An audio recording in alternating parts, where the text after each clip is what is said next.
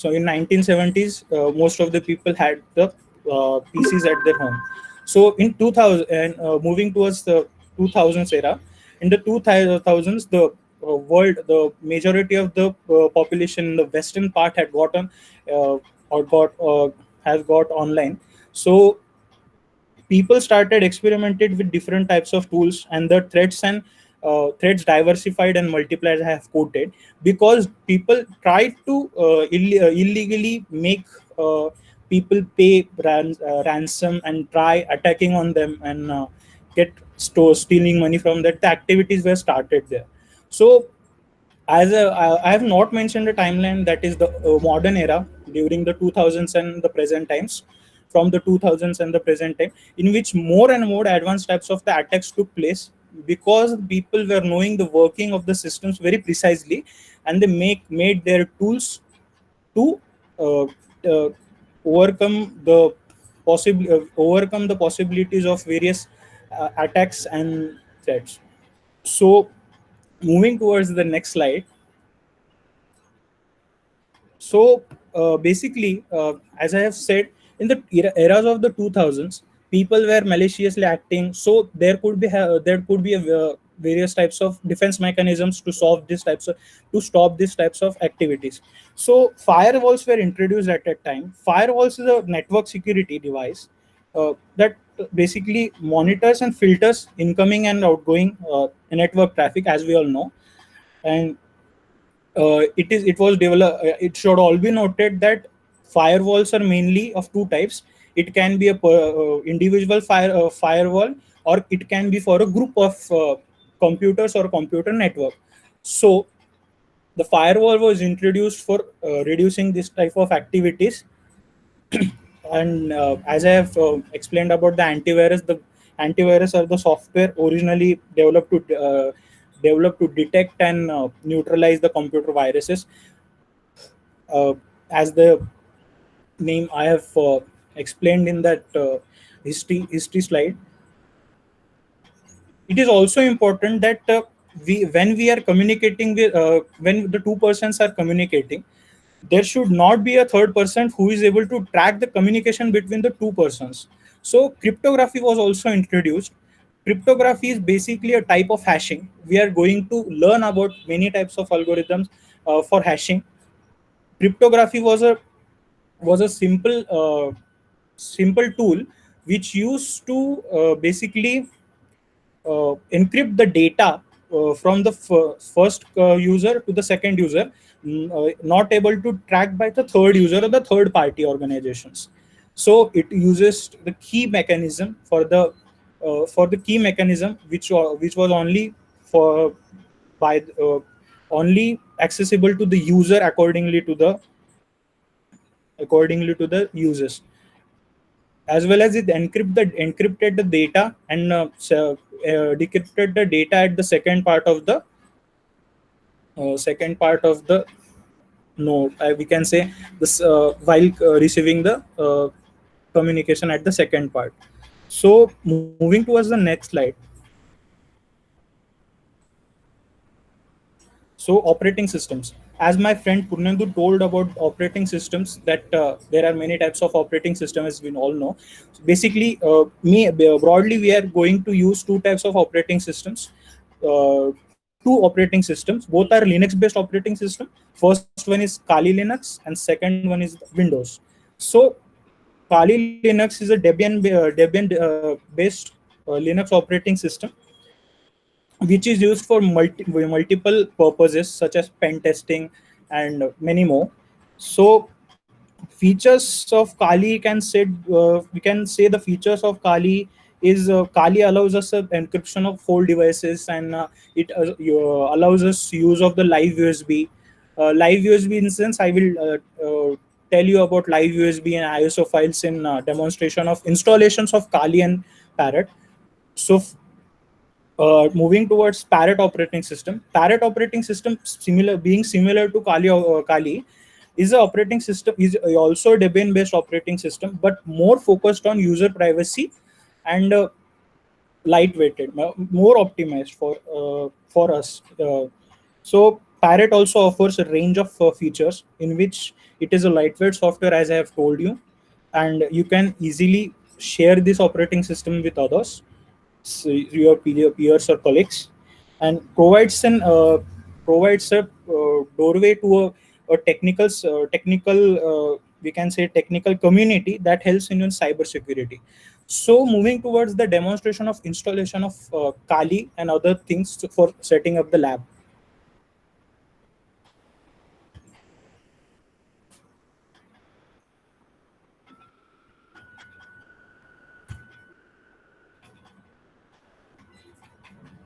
I think my whole screen is visible now. Is it? Okay. So first we will move towards the VirtualBox. So VirtualBox basically is a virtualization software that helps us to run different types of operating systems, uh, different types of operating system in a single, we can say a single block of storage device. The we have to just search for download virtual Oracle VirtualBox and select accordingly your operating system, and then we have to choose the operating system, and it automatically begins the downloading process, as you see. So there are two types of we broadly use two types of virtualization software. First one was the VirtualBox, Oracle VirtualBox, and second one is the VMware Workstation Player is also a software which is used to virtualize different types of operating systems on a single drive. Okay, so we can download here. So I will show the process here. It is this is the list where you can get different types of workstations: Workstation Pro, Workstation Player, and Fusion for Mac. If you are having a Mac OS system, and if you go on the Workstation Player, we will see a download option. After going to the download option, we all need to go to the downloads, and simply we have to choose the 64-bit and the operating system that we have going to choose. The Windows, there are two options, Windows and the Linux one. So by clicking this, we can simply download the software. As you can see, it is downloaded. I will not download because I have previously downloaded it. So these are the two virtual softwares which we are going to use. We are going to mainly use the Oracle VM VirtualBox, and for downloading basically for virtualization of a software or an operating system, sorry, virtualization of an operating system, we need an ISO file which we can get from the official sites of Kali and Parrot. So we can see the Kali Linux downloads. Here we can see different types of image names. These are all the ISO files here. We can see. As I have told, there is a live system. Kali offers the features of getting the system live rather than installing it. Installer system is the system which gets installed and which helps us using the system is all installed in our drive. No need to use the live ISO file. So we are going to use this one. So basically by clicking it, it will start downloading there. There is an option for torrent also. It's a 4 GB file. You can also download the previous versions of Kali Linux. That would be okay. So that will not cause any problem for that. So moving towards the Parrot OS now. So similarly as Kali Linux, we can also download the Parrot OS using the official Parrot site. Here there are different types of versions of the same operating system which offer you which are similar but offer you different numbers of the packages, such as the Mate desktop is lightweight, so it offers some of the packages, but it does not offers a full number of the tools that we are going to use. But it can the tools can be also installed after installing the ISO file. That's not a problem. KDE Desktop is a tool that is a bit heavyweight, but contains moderate amount of the tool. I must say that it contains adequate amount of the tools that we need for these sessions. So, and the XFC is for professionals. That's not a problem. So, so moving towards the installations of Kali, uh, so I will be showing the step-by-step procedure of installing Kali on Oracle VM. Firstly, we have to click the new option.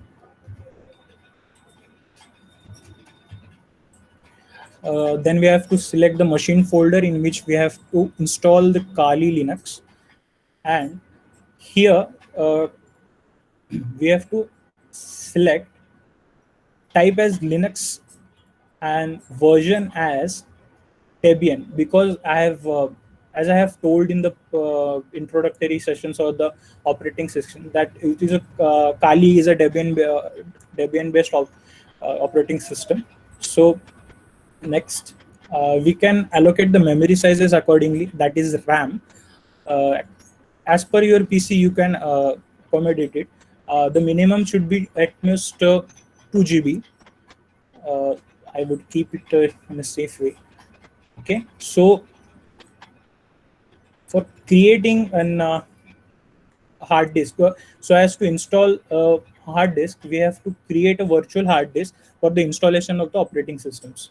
So we will create, yes, and this will ask about the virtual hard disk. So I will select the virtual hard disk. There are three options for that, but the most prominent or the most suitable is the virtual hard disk. So next, so dynamically allocated hard disk is the hard disk that changes according to the we can say, as the storage gets full, that it changes the size of the allocated disk accordingly. But we will, on the safer side, we will use the fixed size allocation of the fixed size hard disk. So here the minimum amount of the storage or the storage option that we can allocate is 8 GB. You can exceed that using this, or we can also type it in here, but I will put it in at 15 GB or 16 GB. So after creating, it will take some time uh, for allocating that or creating the virtual hard disk accordingly.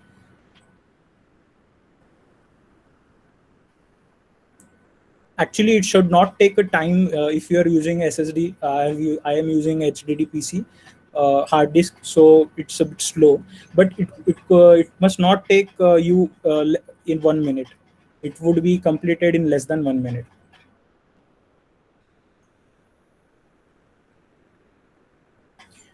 Please ask any questions or doubts, if any.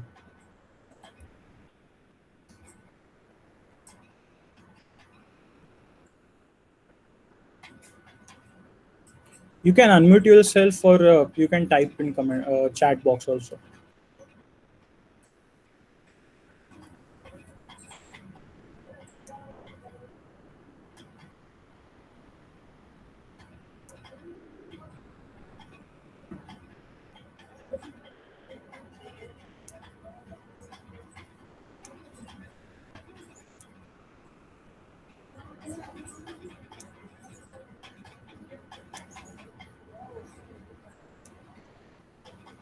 It would be better if you do the installation by tomorrow next session, so we can have a hands-on session side by side.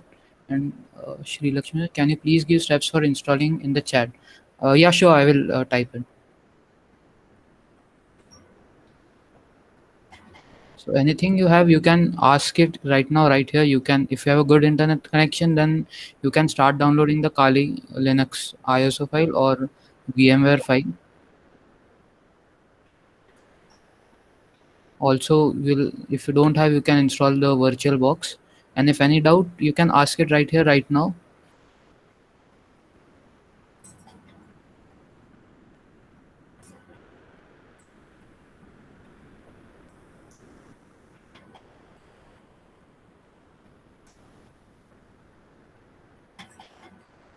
Okay, so the virtual hard disk that is required in Kali is installed now.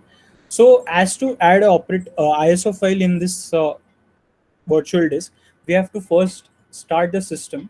Then it will pop up with the Finder folder in which we have to choose the ISO file accordingly. Just a second.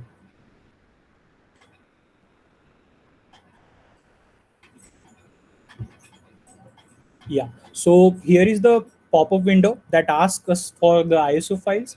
So choose a optical disk file here. We can see the icon here. So by clicking it, we can add a ISO file here. As I've already added an ISO file here, I will show you how to add an ISO file. Clicking on the add, we get a prompt of the file manager in which we can choose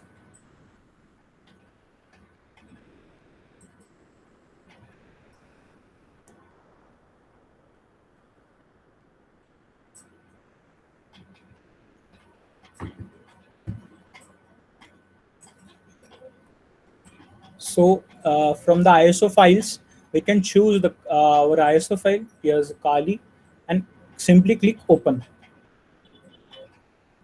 As I have previously added one, so I will not click open. But when you click open, it will appear here, this one. So we have to choose this and click on the start.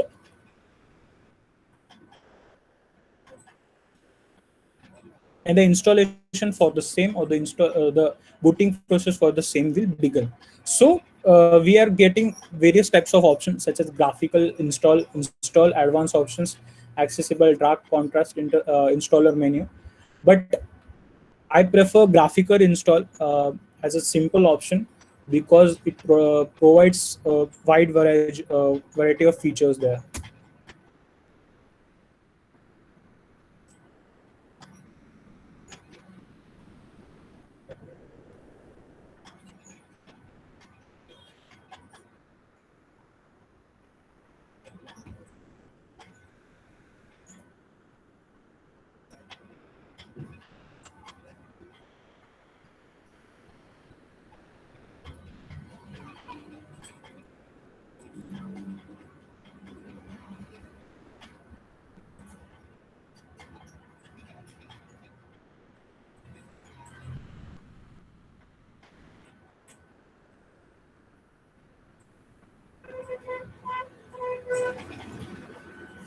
So okay, so we are here with the graphical installer menu. So first step is choosing a language. So first English, then selecting location, that's India, and choosing configure the keyboard type, the American English.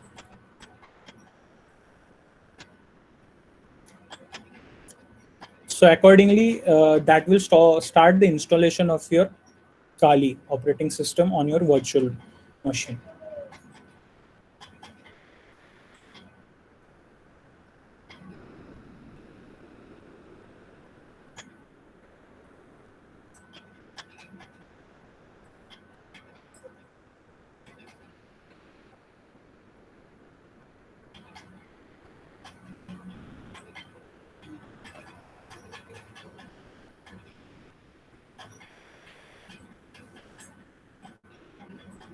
The installation takes some time, but after the installation, you may run the operating systems directly, and it will be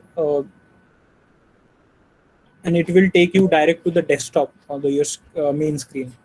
Installation takes some time, but varies according to the system. If you are having a high spec PC with an SSD, it will be a quicker job. Or if you are having a PC with low spec, it will take some time.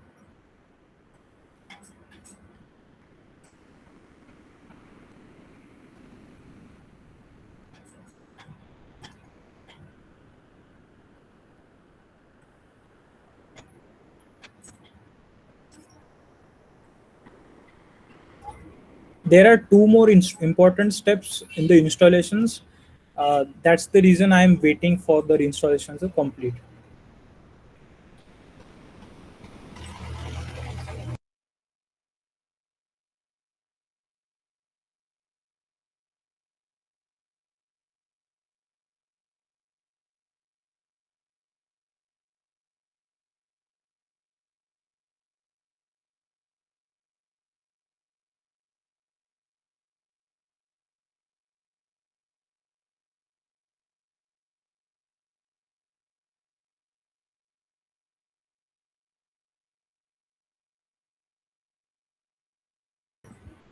So, setting up the host name, domain, you can use Kali.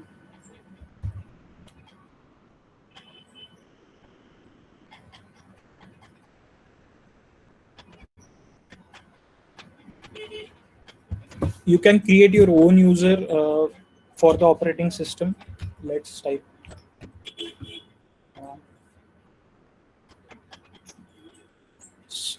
You have to create the password. You may choose your password accordingly. You have to type the password 2 times because you have to confirm the username and the password.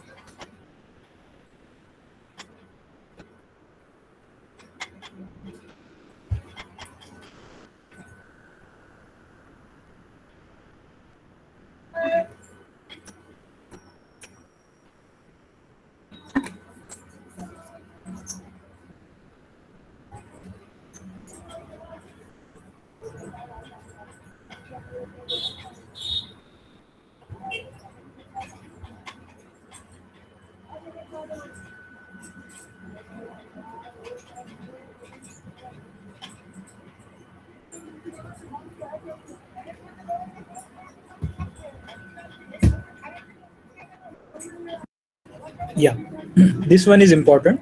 So it asks about the partitions in a disk. So we are going to use the entire disk for this installation, as we are not going to install any other operating system in this single disk. So we are using going to use the guided use entire disk option here.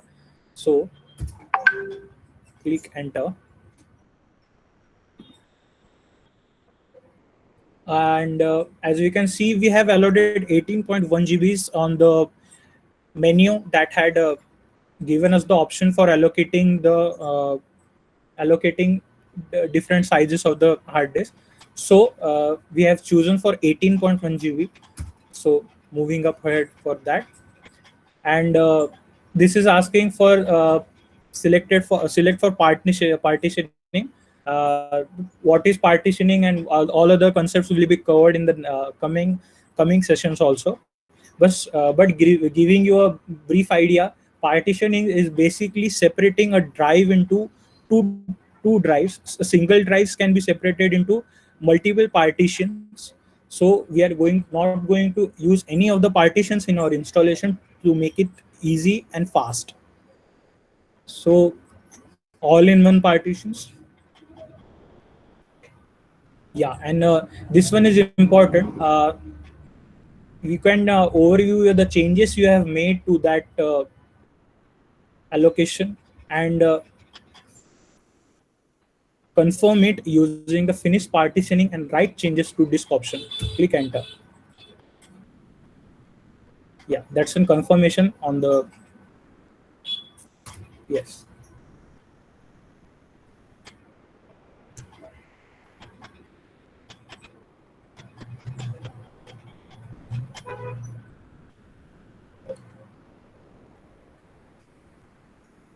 So now the installation of the system begins. This step would take some time. So the important things I have conveyed to you.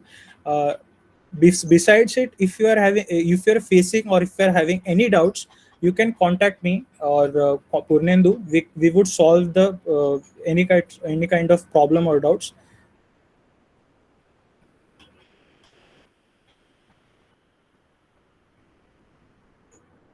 So the installation, I guess it's clear. Can I get a confirmation for that?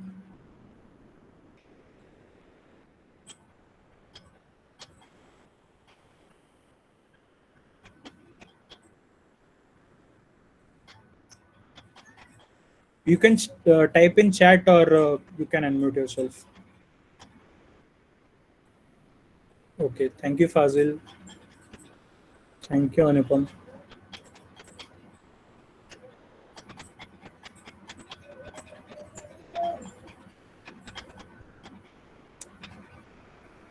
Okay, so also after the installation, it may ask you about the grub installation. You may install the grub. Grub is basically a grand unified bootloader that's used for choosing between different types of operating system.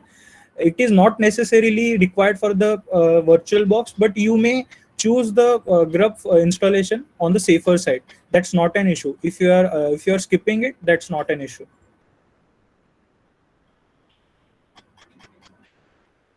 So I guess it will take some time here. Uh, that's only the option that will be prompted after the installation. So, okay. Yeah. Yeah. I guess the recording has been started. I will ask to share the recording also. Also, we will share the steps of installing and downloading the ISO file from the uh, from the website itself. Okay.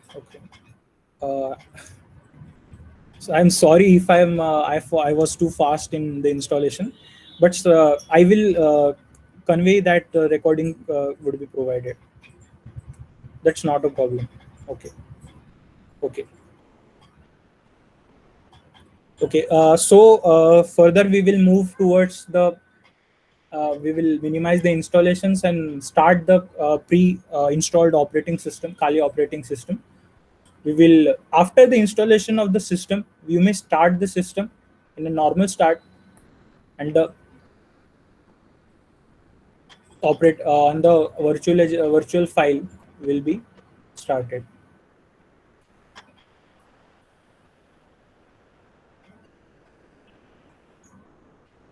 I will power this off because it uses a lot of resources.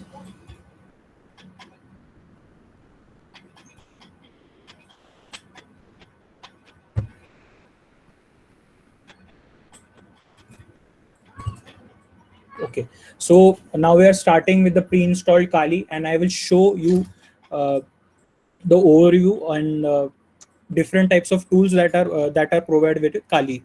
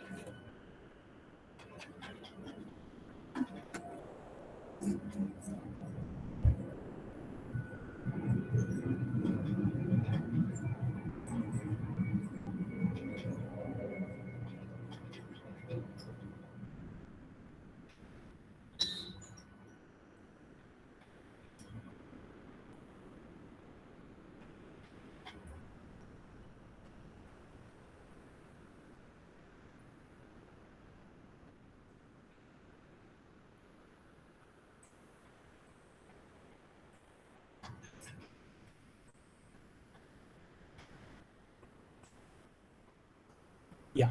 So we are on the login page of the Kali Linux. So typing your username and password and login in.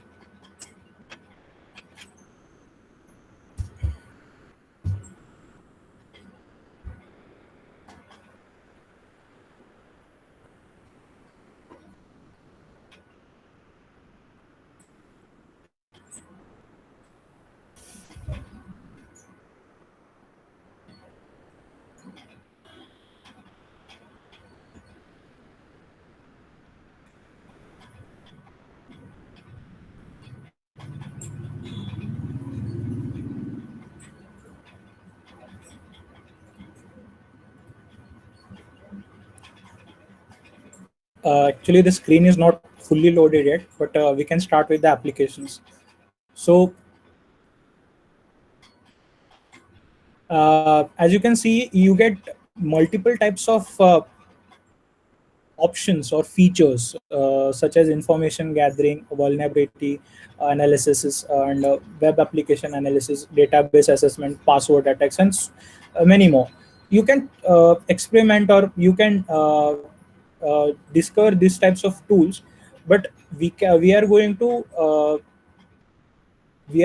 focus on mainly the important tools that are required for many of the types of attacks, or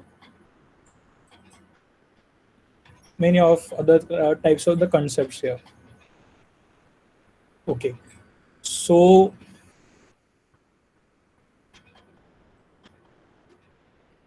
that's it, and we will start with the is the installation clear, and do you like Kali, or you like Parrot? Just taking your thoughts. uh, would you like to see the installation of Parrot OS also, or are you also okay with Kali only? I would like to know your thoughts.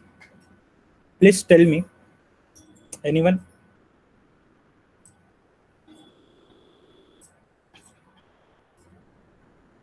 No, no, it's not necessary to install two. Kali will also do. It's not compulsion that you have to install both the softwares. If you only install Parrot, or if you only install Kali, that's going to be enough. I guess it Both depends. are same. Parrot has more lot of graphics, and you can get a UI like a Mac OS, and in Kali it's a normal Linux based UI.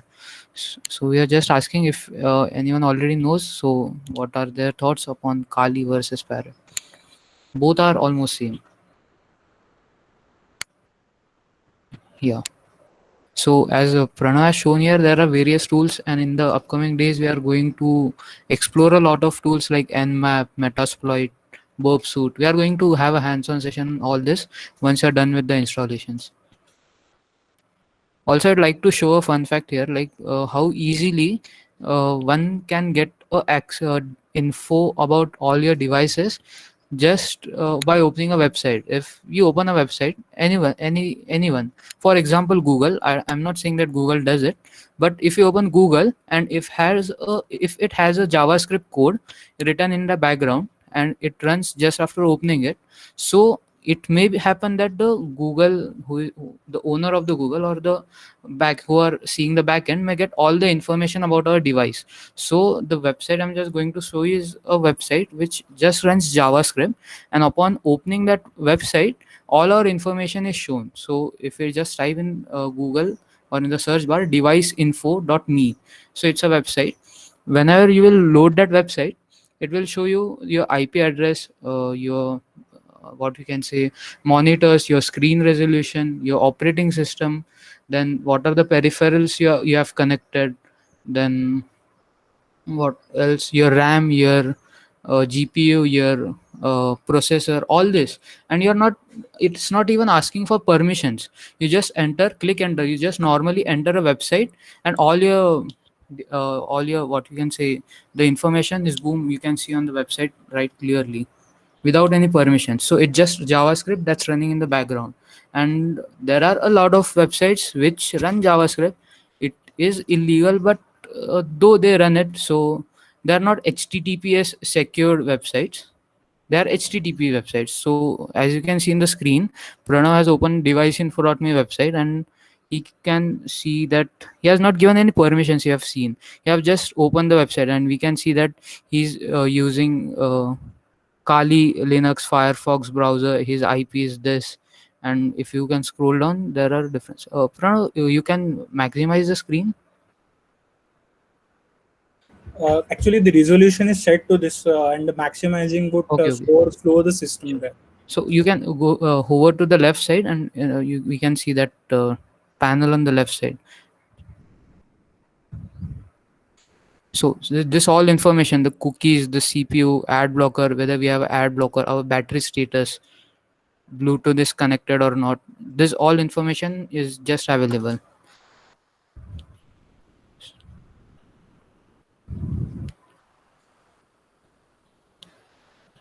You can also try this, but I will like to say that you use a VPN for that, so your secured information is not published. Though they say that we don't capture any information other than your HTTPS address, but still we need to be secure. Okay, Pranav, you can continue. Yes, Punandu. So, moving towards the presentations now, I would like to cover a last topic.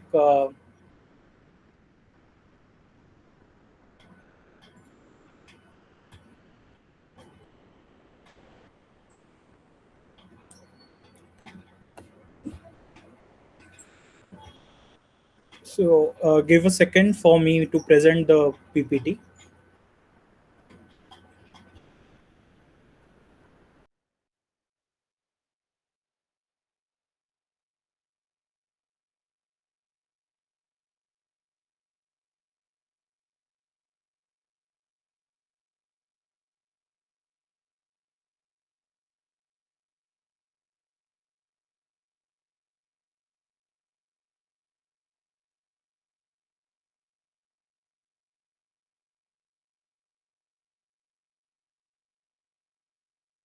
Yeah, so we have done with the operating system and the installation of the operating system. That's Kali. And we will move towards the concept of CI triad.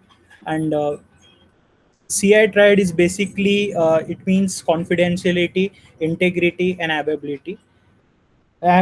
Basically, CI triad is a security model that highlights core data security objectives and servers as a guide for the organizations to keep their sensitive data protected from the unauthorized access and data exfiltration. So confidentiality, defining the three terms, that is confidentiality, integrity, and availability. Confidentiality ensures that information is accessible only by the authorized individuals. Integrity ensures that information is reliable, and availability ensures that the data is available and accessible to satisfy the business needs of the customers and all the users that are present on the network. Like all the CI being basically being a security model is basically used by the organizations on a specific period of time or moment, which we will tell you in the further sessions there. So okay, so we will move towards the next slide, that is as we have discussed about the malicious people, that in the introductory part, there are various types of actors, and their motives can be different for various types of attacks, such as nation states. These are the types of actors which are actually funded by the government itself. These types of actors attack the other countries in specific to get a geopolitical advantage over them. Then we come to cyber criminals, and cyber criminals, as we infamously know about cyber criminals, they do the hacking and the malicious stuffs for gaining the profit and ransom. So others, the activists are basically the motivation of activists are ideological. They basically do it for ideological purpose. Difference in the ideology leads to the activists to be doing these malicious activities.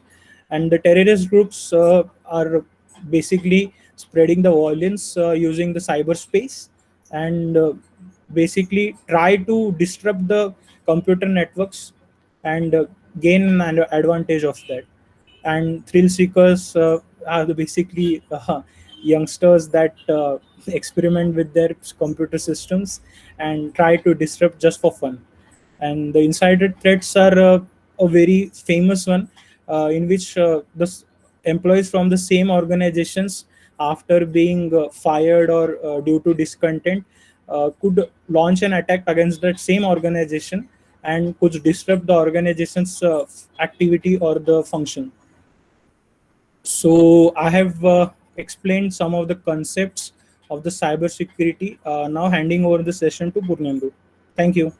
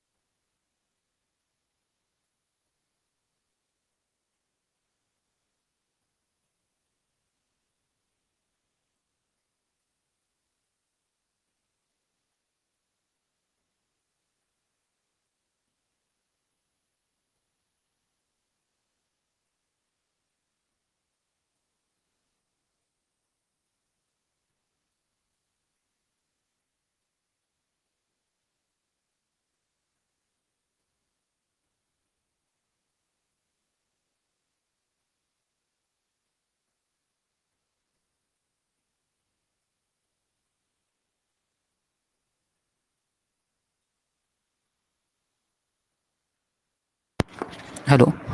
Sorry, there was some connectivity issue. So, as Pranav has explained about the first part, that is the cyber security, and now we shall proceed towards the ethical hacking part, its terminologies and etc. So, would you like to have a break for few minutes, or shall we continue?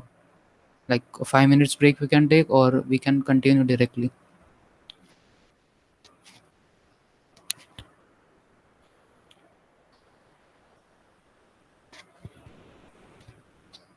Should we take a 5 minutes break? You can unmute as well as in the chat. Sharing is saying okay, I think for 5 minutes break, right? Okay. I've got 3 replies. We can. I would like to have some more replies so we can decide the majority.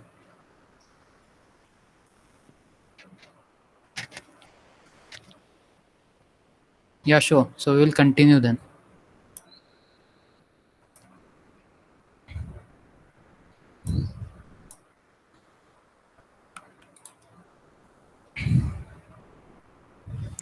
So the ethical hacking. So hacking, you might be thinking like it's a cool terminology. It would be good if you can send some. Okay, yeah, sure. Yeah, Sharon. We are continuing.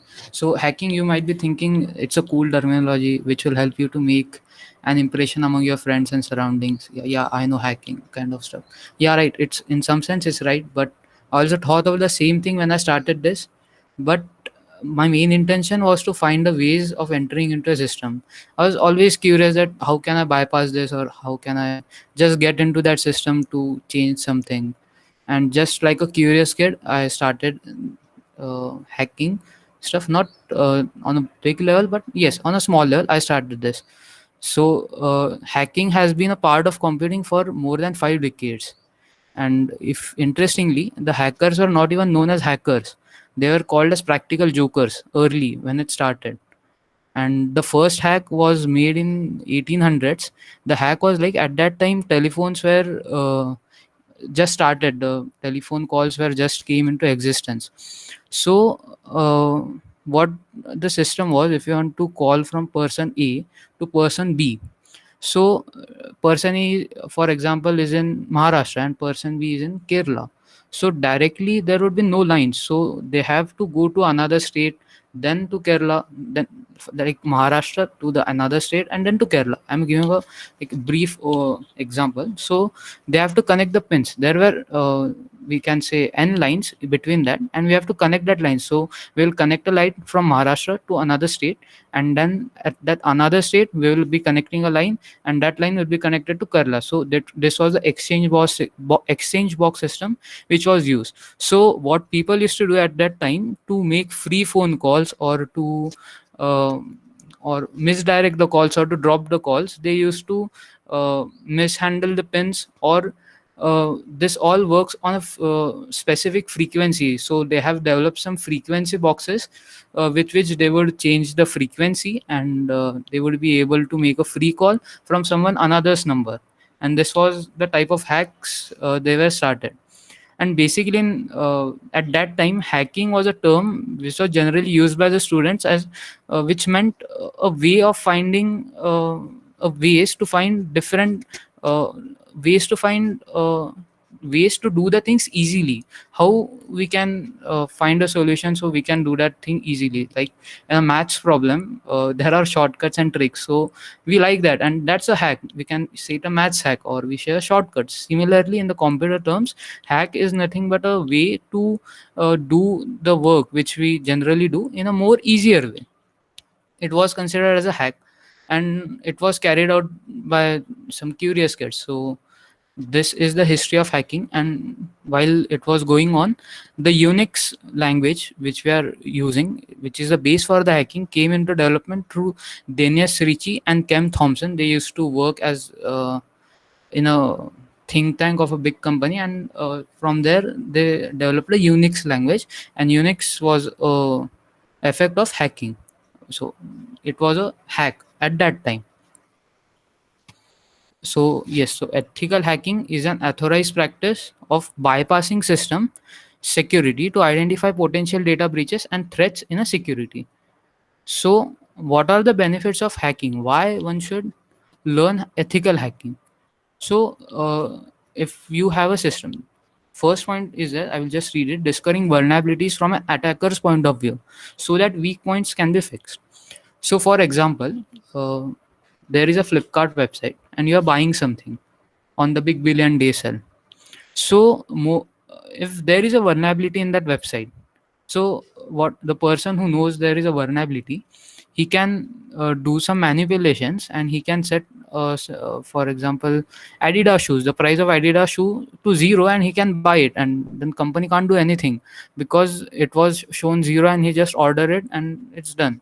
So there was a vulnerability which a hacker has found. But if we would have the idea of that pre-handedly, if we know that beforehand, then we could overcome that vulnerability, and we could come over a solution for that. So through attacker's point of view, so using that, we can fix the points which are weak. So this was an example for first benefit of ethical hacking. um, Second is implementing a secure network that prevents security breaches. So all the companies or all the organizations have their own network. So they have a IP which is provided by the ICAN organization. They provide a IP to an organization, but inside that they have their private IPs. So we need to secure that IP should not be shown anywhere. Like if we go to whoislookup.com or ipfounder.com, so we can just entering that website, we can get the IP, or on the device info, like we just entered the website and we just got our IP displayed on the website. So that should not be done. So we should hide that IP. So we can use VPN, and there are various ways. So these are the benefits of ethical hacking. Then we will come towards types of ethical hacking. So first is a web application hacking. So I'll show a demo for that. So throughout this workshop, we are throughout no, in some part of the workshop, we are going to use a application that is DVW, damp vulnerable web application. So we will see the installations in the coming days as well. But just for now, I'm going to show you how this web application hacking is done. So this is a normal website, you can say, which is hosted on my local server. So there is a SQL injection. Suppose uh, wherever there is an input field in any website, if you go on Flipkart or Amazon, there is a search box available. So we type there, for example, shoes or mobile, and all the mobiles are listed, right? So we are giving something, we are typing that keyword, and according to that keyword the data is being fetched. So there is a query, SQL query, structured query language. These all are stored in a table, database. So we are fetching that keyword from that database. So that search box is quite secure. So we can't inject another query into that to get the information of all other tables existing in that database. But in the DVWA, there are some security levels, and accordingly, we can try our SQL injections. So I don't know whether you know some basic SQL or not, but for we will cover that in to next day or in the next session or coming session. But I'm just showing you how it can be done. So basically, user ID. If I type one, so it's showing me the user details of user ID one, that. Uh, its user ID is one, its first name is admin, and surname is also admin. If I type two, the first name is Gordon and surname is Brown. But if you observe in this address bar, so this is localhost is my hosting. I'm hosting it on localhost. DVW is a directory. Okay. And vulnerability is this page. This page is vulnerabilities place. And here ID is equal to 2. So here is the ID which I'm entering here. So this is the query. I can, along with 2, if I enter some another query, I can get details of that, because this application is not secure. But similarly, if we do in the Amazon.com,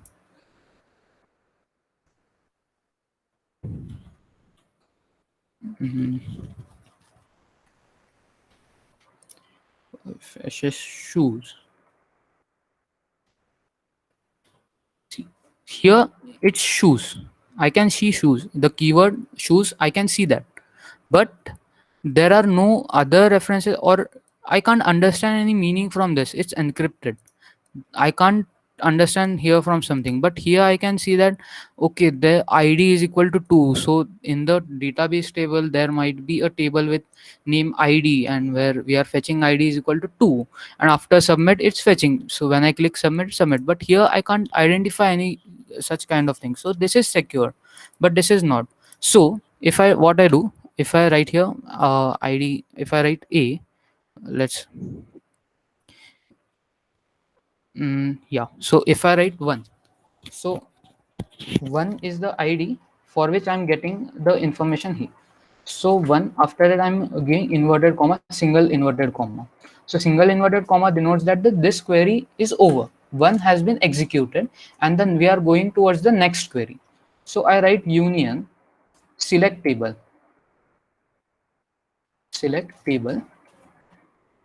underscore. These are the format of writing SQL query. I don't know you know or don't know, but we will see in deep in the. I will give a brief idea about how to write SQL, basic SQL queries, and all that in the upcoming workshops, upcoming days. So null. So you can understand that what I've done, one inverted comma. So this query is over. So then I'm doing union of what? Union means I'm joining two tables. I'm doing a union like we do in sets. So select table names. So I'm selecting a table whose name is table name, and I'm also selecting null values. So if that table does not have any null values, so I'm also selecting that values from information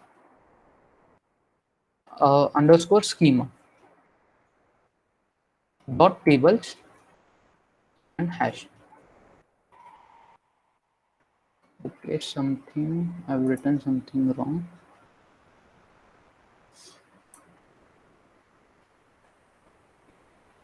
Oh, information spelling is wrong. Information. So see, so what I've done, this query is, so here's the admin first name, admin second name, admin, and here I'm in the place of first name, I'm writing all the, yeah, sure, I can zoom. I will zoom. So, yeah, is it right now?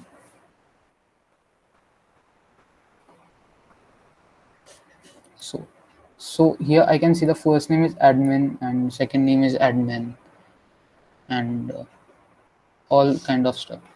Similarly, instead of one, if I write A and union select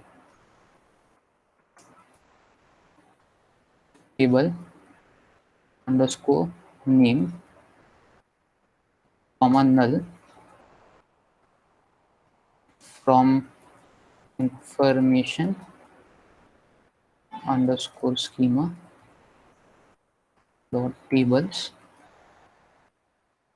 where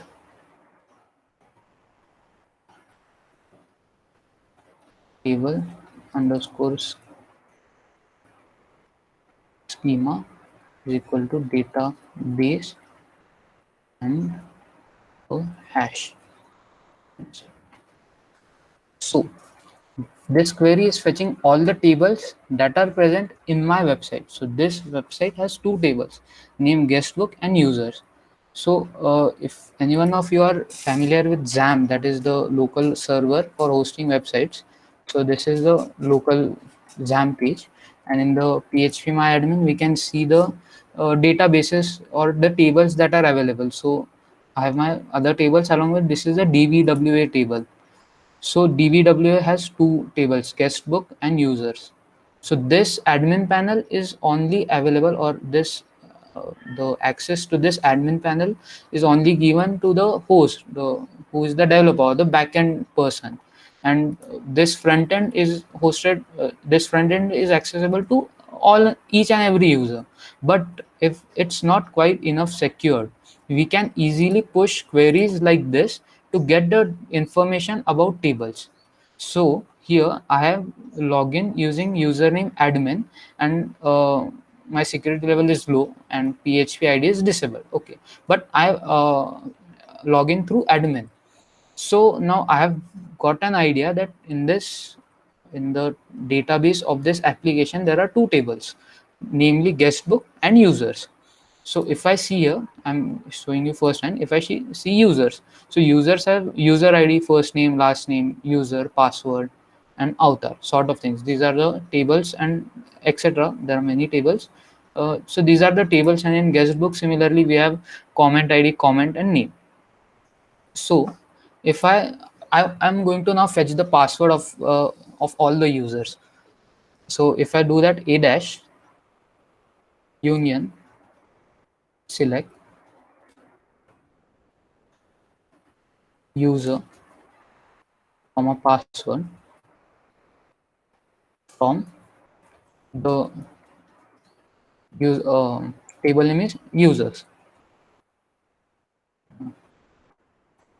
Something went wrong.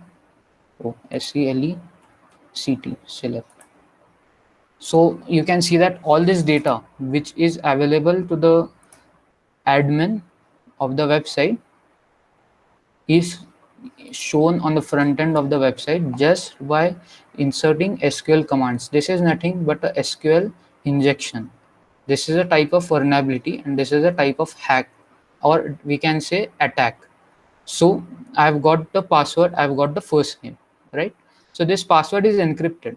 We can't know what password is that, but this encryption can be easily decoded within seconds. So if we go to some website, there are lots of website available. If I go to CrackStation, CrackStation is a online password hashing cracking tool. So I'll just open it and I'm already logged in as an admin, right? Here we can say I'm admin. So now if I want, I will show you, I don't know the password of Pablo, and the backend, the admin also don't know because it's encrypted, right? The Pablo password, he also don't know, I also don't know. So I'll just copy this password and I will paste it in the CrackStation. I'm not a robot, so yes, and I will crack hashes. So the password for this hash is this. After encoding, it's let me in. So let's try whether it works or not. So what we are seeing for what? Pablo. I'm going incognito localhost /dbwa. So this is the login page, right? What is the username? Pablo. and password is let me in. See, I am in. Pablo, username is Pablo. So if we don't have security on our website, so easily we can do SQL injections and we can bypass the security. Did you get it? You can just unmute it, or in the chat you can give a reply.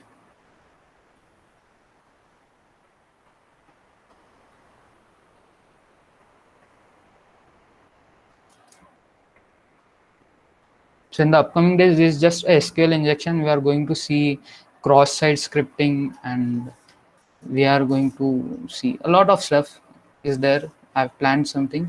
We will see that, but it's just a trailer, we can say. After you get to know how the SQL queries work, it would be a lot of interesting for you too. Okay, then, so we will continue to the presentation. So yeah.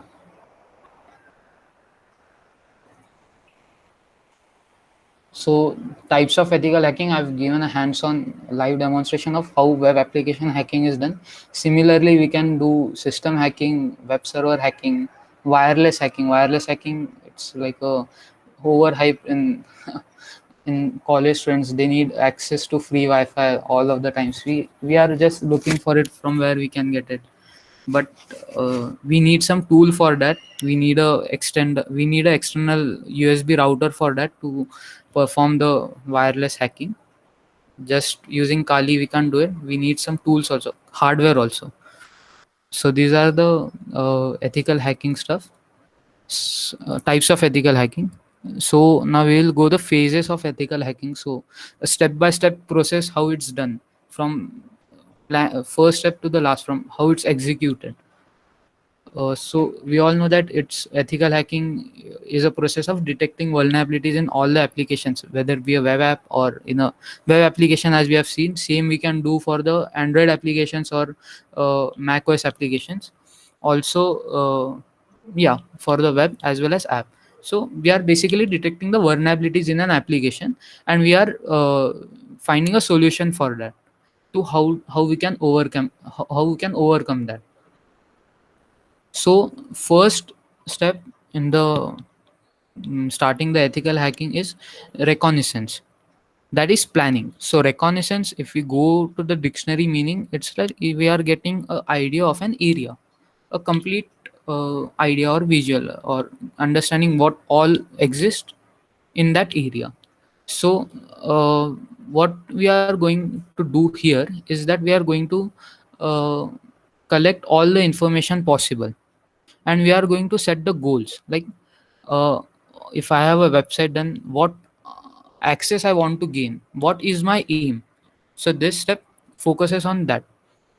Second step, there are this is also known as footprint collection, where we are going to get the TCP services or a list of vulnerabilities. I've just shown the website vulnerabilities. Same, there are JavaScript injection vulnerabilities or cross-site scripting vulnerabilities. A lot of vulnerabilities. There's a long list. So, what all vulnerabilities are applicable to this web application or to this particular application? We are going to find a list of that, and then we are going to focus that, yeah, this is right vulnerability which I'm going to focus on.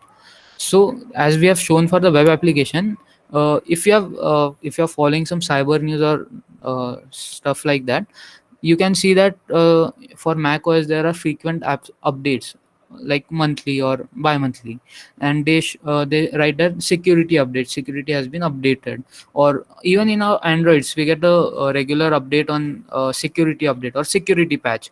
And Windows is just famous for releasing updates every now and then, and which don't work, which creates a lot of mess. But yes, why are these updates? So there are some ethical hackers. They find the bugs, or they find the loopholes, or we can say backdoors in the system. They report it to that organization, and if that organization is well enough, well established, and have a good name in the market, they they say that okay, we will review your request, and then we will come up a solution for that. Or if you have a solution for that, you can suggest us, and in the next security patch they just push that update, and that person who have reported that gets a bounty. So this kind of stuff is also there. So yeah, we are on the phases of ethical hacking. uh, the first phase is reconnaissance, so also known as footprinting. And we can do this in, there are two types of footprinting, that active and passive.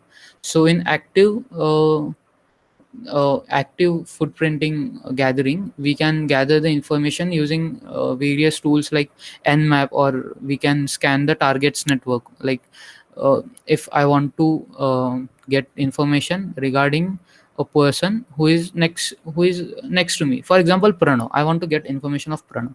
Then if I'm in the same network as he is using, like we are in an organization, we share a same isp, like because that organization has same isp and we are connected to that network, both are same. So using the nmap, I can get all the details of his system, all the details in sense of networking details. I can scan his network, not the computer, the network, using nmap. This is active.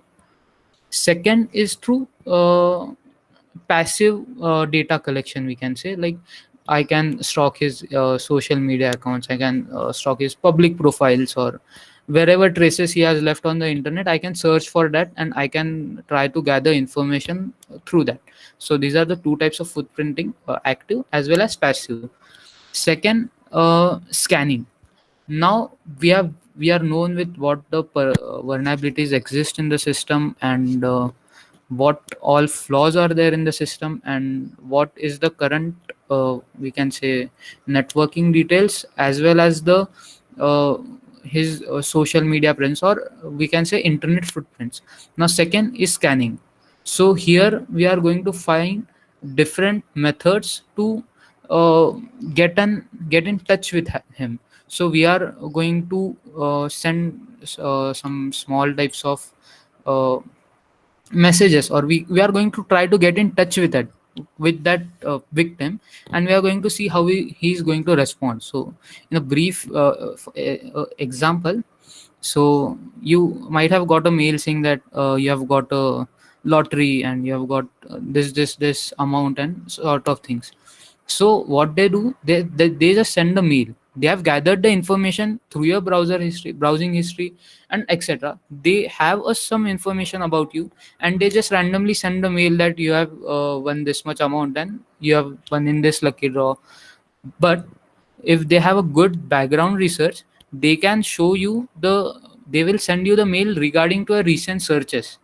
So for example, if you are going for if we take in terms of interview, so if you have searched for some interview related searches on the Google, so what can be done, that the victim sorry, the person who is doing that, he knows that yeah, this person is ser- searching for some interview related kind of stuff.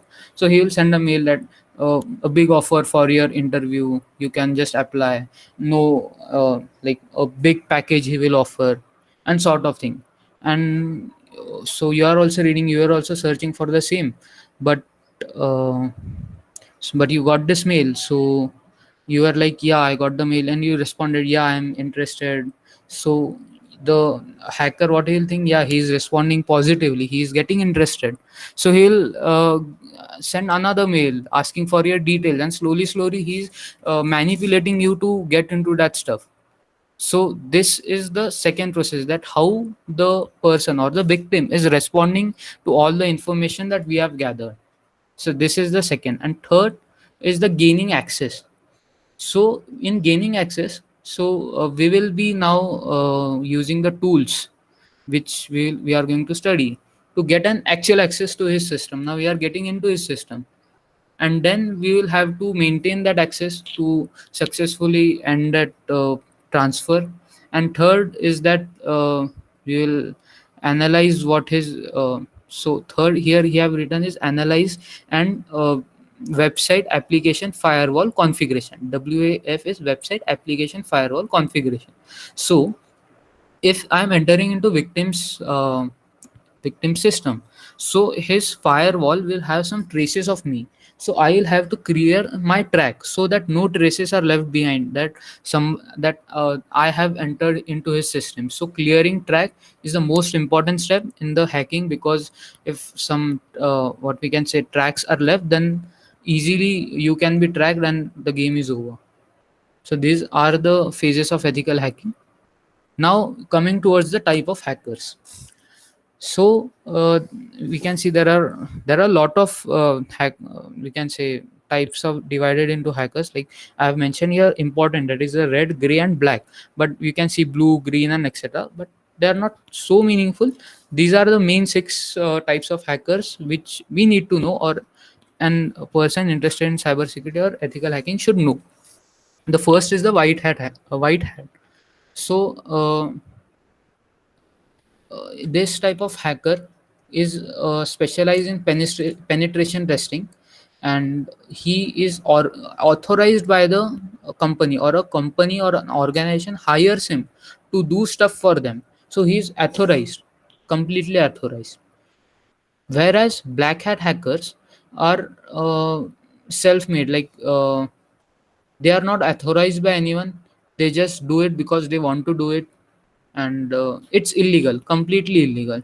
Like if I have some fight with someone and I had to take a revenge, then if I do some wrong stuff related to hacking, then it will be considered as a black hat hacking.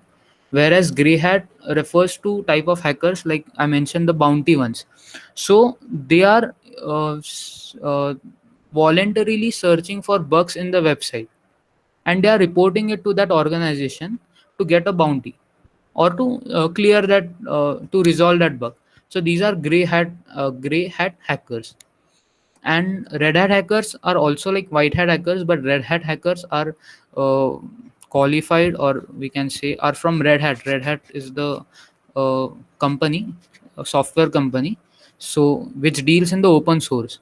And it has also its os, red hat os, which is built on the linux operate for which is built using the linux kernel. So the red hat certified hackers are red hat hackers, and they also do the job authorizedly for the companies. Next are the hacktivists. So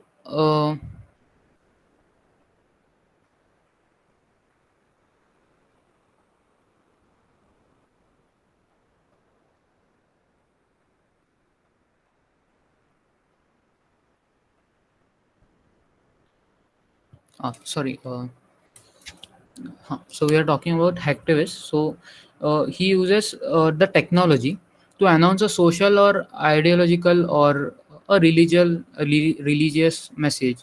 Like they just need to do defamation and sort of things. And the next is the script kid. Script kid is the one who never learns to script, who does not have a knowledge about programming. He just uses the scripts which are already available, and he thinks himself as a hacker, but that's not the case. But for the preliminary stage in learning hacking is developing small scripts, as well as understanding and getting to know how the pre-existing scripts work. So everyone is a script kid in the starting, and then uh, improve them to be a white hat hacker or a red hat hacker, or maybe a gray hat hacker, but not a black hat hacker. So script kid is the one who does not have a knowledge about programming, and just he uses the softwares which are available to do the hacking. Even windows, there are a lot of softwares on windows which we can just use it. So for most of you might know, for installing the Corel Draw there is a keygen. We can also say that that's a type of hacking, because we are cracking that password of that Corel Draw. But what we are doing, we are just downloading that keygen, we are copy pasting the code, and that's it. But this is not a type of hacking. We can say it's we are hacker. We are just using a script which is already pre-provided by someone. So these are the some basic terminologies which are commonly used in ethical hacking. So what is an adware? You all might have faced this adware. Can someone acknowledge in the chat what do you mean by adware? Or you can also unmute.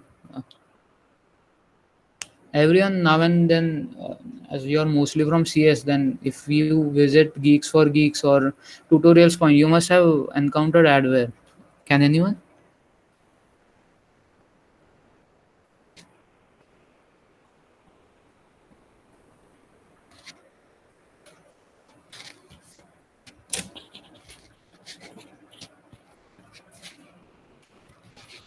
Yes, you can type in the chat or also unmute. What is an adware? What do you think?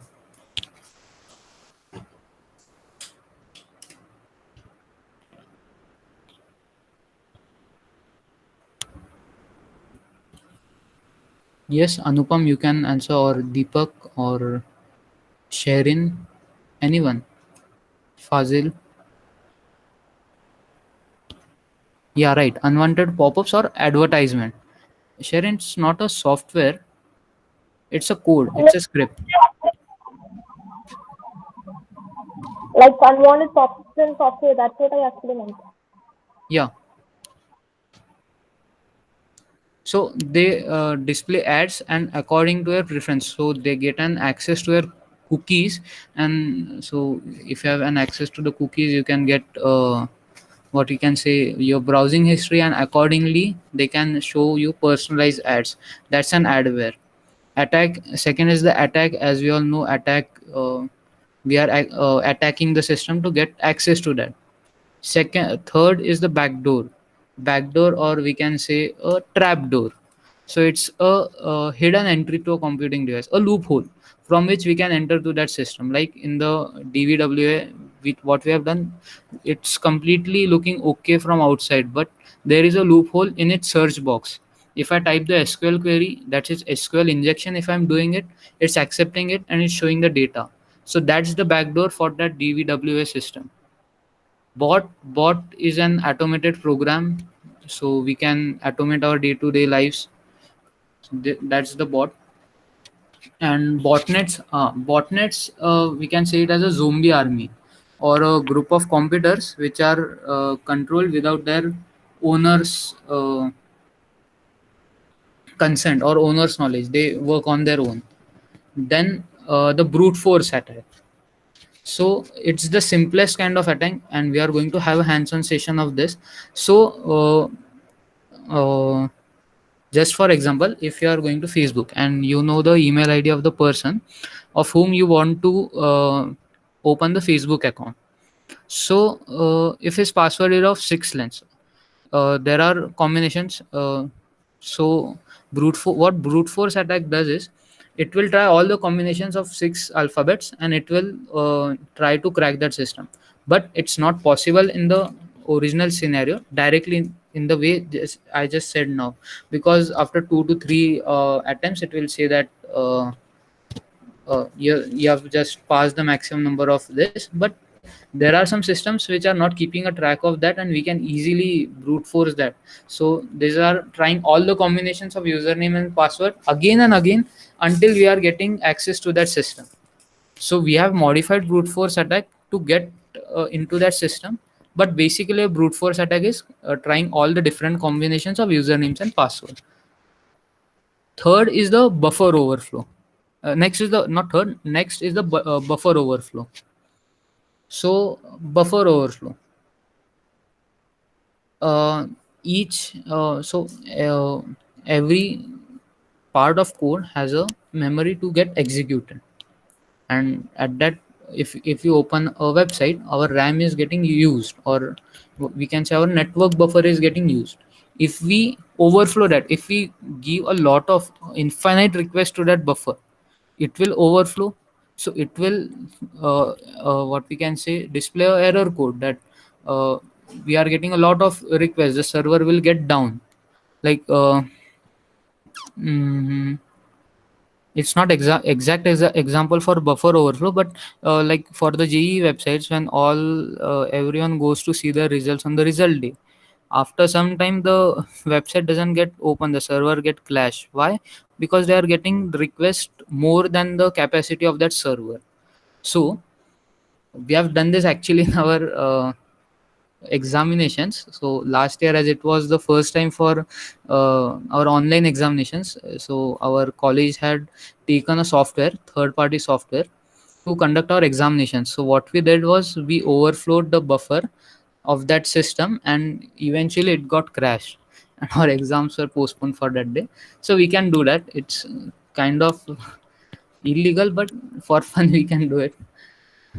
We have to be secure in that, because our IP can get exposed and all that, but we can take proper precautions and do it. Then the cracker, as I said, that Coral Draw example, because that's just a cracking software. To we are getting features, or for Windows, everyone is using a cracked Windows version. No one is going for license, so it's a cracker. Then next, I would like to know your thoughts about these questions. This question is, I would like to know your thoughts. What do you think? Why we are doing this?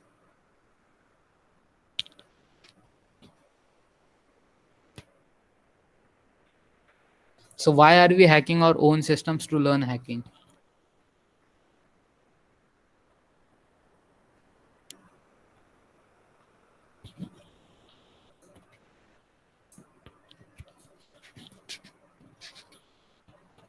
Yes, what do you think? Yeah, it's illegal to hack others without permission. That's right. What I would like to say is that to catch a thief, there is a saying that to catch a thief, you must think like a thief. Same goes here. If you want to know, if you want to, yeah, ensuring safety. So if it first try it on our systems and get ensured that yes, it's working, so that we can increase its scope and try it on other systems also.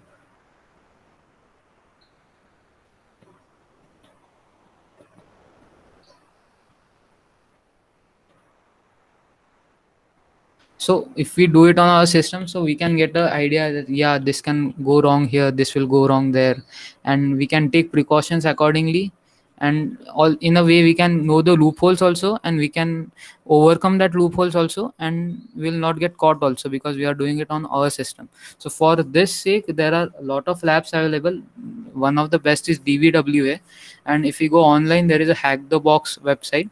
There are a lot of machines available for practicing hacking. Although they are paid, some are free, but if you really have an interest, you can go enroll there and use the Hack the Box. But DVWA is the best for starting, and we are going to do on the DVWA, as well as we are going to see the pre-installed script, and also we are going to write a Python program, a basic Python program for changing the MAC address. We'll see that tomorrow. So the next slide. So what are your goals as an ethical hacker? What you should aim for? So you should prioritize your system, so you can focus your efforts on what matters. You have to see what is important for that system, or what is the important thing. And while yeah, second is hack your systems in non-destructive fashion. Like it's good we are doing in the VMware. If it get crash, we have a copy, we can just uh, we can say revert back in just few minutes. That not an issue in the learning phase. So we have to try. If we are doing really in the actual scenario where the data is very important, so we should take care that we are hacking the system in a non-destructive fashion. The data is intact. So in a crime scene, if we can see there is a smartphone, and we are, as an ethical hacker, we are working there, and if by our mistake, if all the data is gone, so it's a very wrong thing. So we should ensure that we are protecting the data. So enumerate vulnerabilities, and if necessary, prove to management that vulnerabilities exist and can be exploited.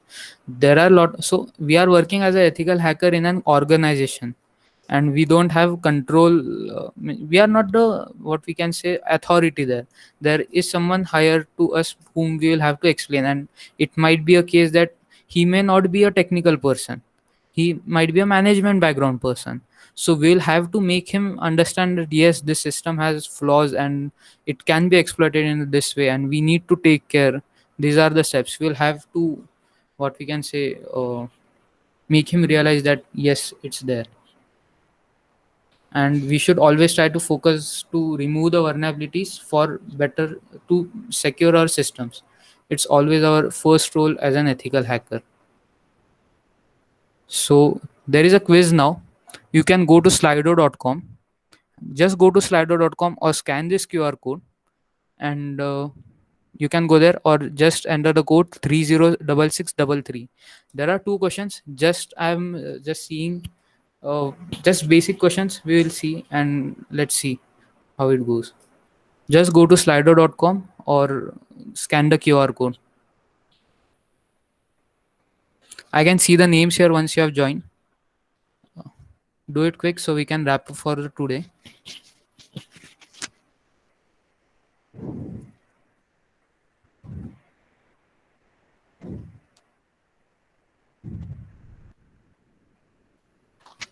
Yes, I can see Anupam.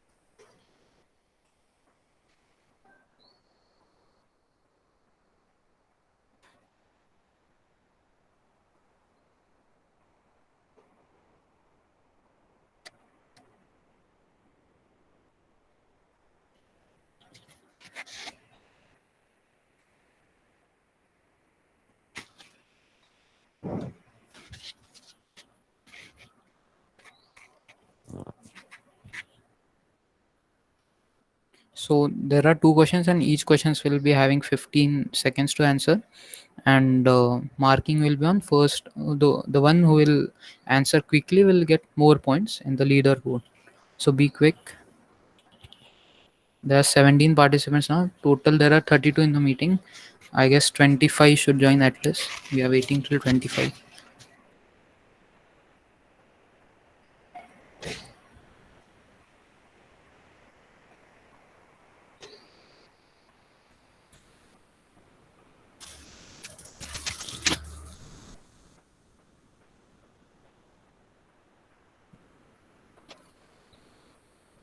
What's the problem, Sharin? Can't join?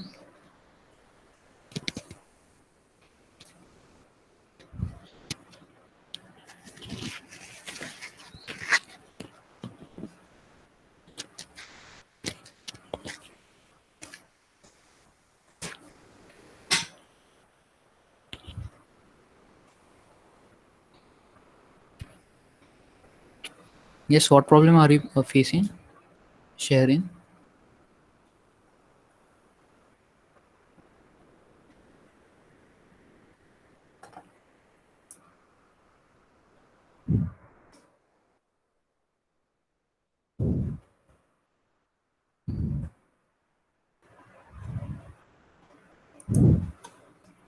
Yeah, okay.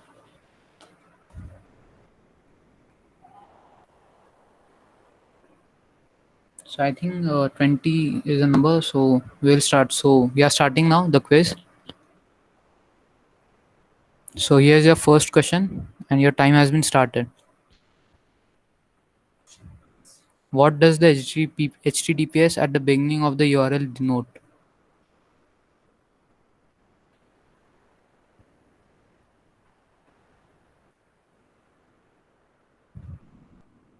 So 89% have answered it right.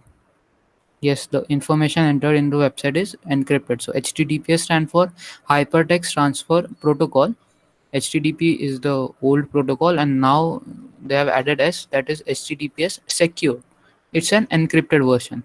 So we'll have a look at the leaderboard. This is the correct answer, by the way. And so Anupama has answered in the 7 seconds, and These are the top 5. Now, moving towards the second questions. Be ready.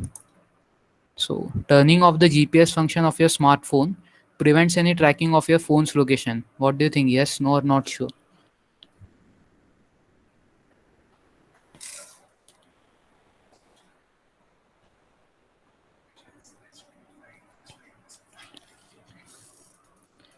Okay, so 37 are thinking yes, no, 47% of not sure 6.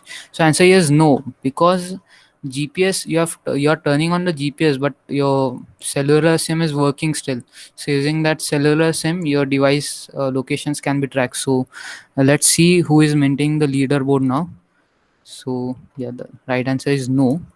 And yeah, congratulations, Anupa. Yeah, these are the top 5: Anupama, Deepak, Fazil, Tony, Matthew, and Arya. So great. You're getting interest, and I can see you can answer it. Most of them are answering them correctly. So this was just a small fun activity, and if you liked it, then we can add more such of things in the upcoming days. What do you think? You can just answer in the chat. Yeah, I would like to have a feedback. Yeah, sure. Everyone is liking. Yeah, sure. We'll definitely include it then. So, in the same, there are Q&A session. You can type it there, or you can type it in the Google Meet chat box. Anyone will do. I want feedback, and if any questions, you can ask. I would like to have feedback and any questions and anything.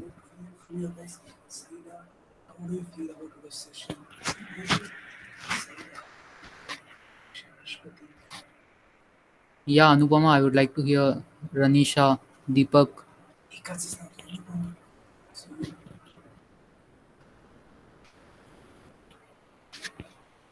You can type in the Slido in the same session as well, going to the Q&A tab or in the chat box of the Meet. I would really like to hear how you felt about today's session.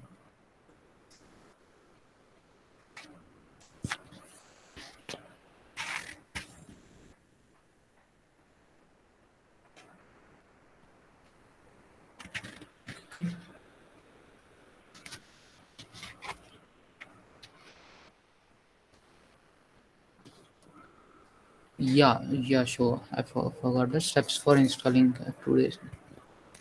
Yeah, I will. Lakshmi, I will share it. Yeah, Pranav has shared the link for that. Uh, Also, Pranav, you can please share the ISO link for the ISO file. Yes. I will share it right away. Yeah, in the chat box. So I hope you can download and install the Kali. And if you have any doubt or difficulty, we can discuss in the tomorrow's session. Also, I would like to confirm timing for tomorrow's session. Are you all comfortable for morning 10 to 10 or 10:30?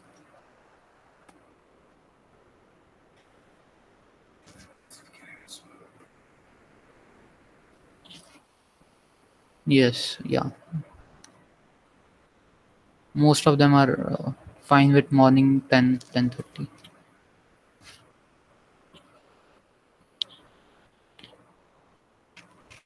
Or should I conduct a poll? Let's conduct a poll.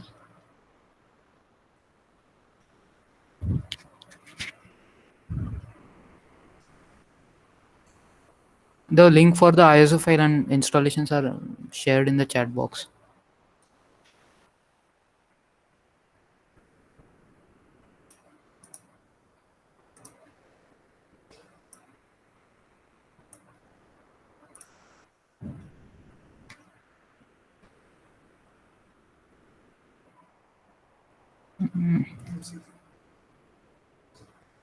I can't see option for poll here. Okay, so 10 fix. So we'll meet tomorrow 10 in the morning. I hope you like the session, and we'll close for today here.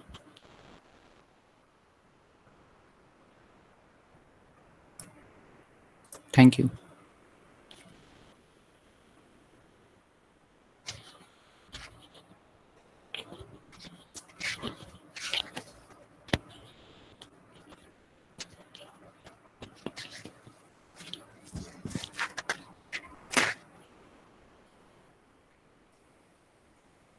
Hello. Yes. Thank you, Pranav and Parnadu. And the recording will be sent to them tonight. We will mail them. Yeah, sure. So 10 in the morning tomorrow. Yeah. At 10 in the morning. Okay. Yeah. I think I should also mail them because some of them might have missed. Yeah, missed sure. the jam. So we'll do with the same link, or you will share the another link? I think this same link can be used. Yeah, sure. Okay. Yes, yes.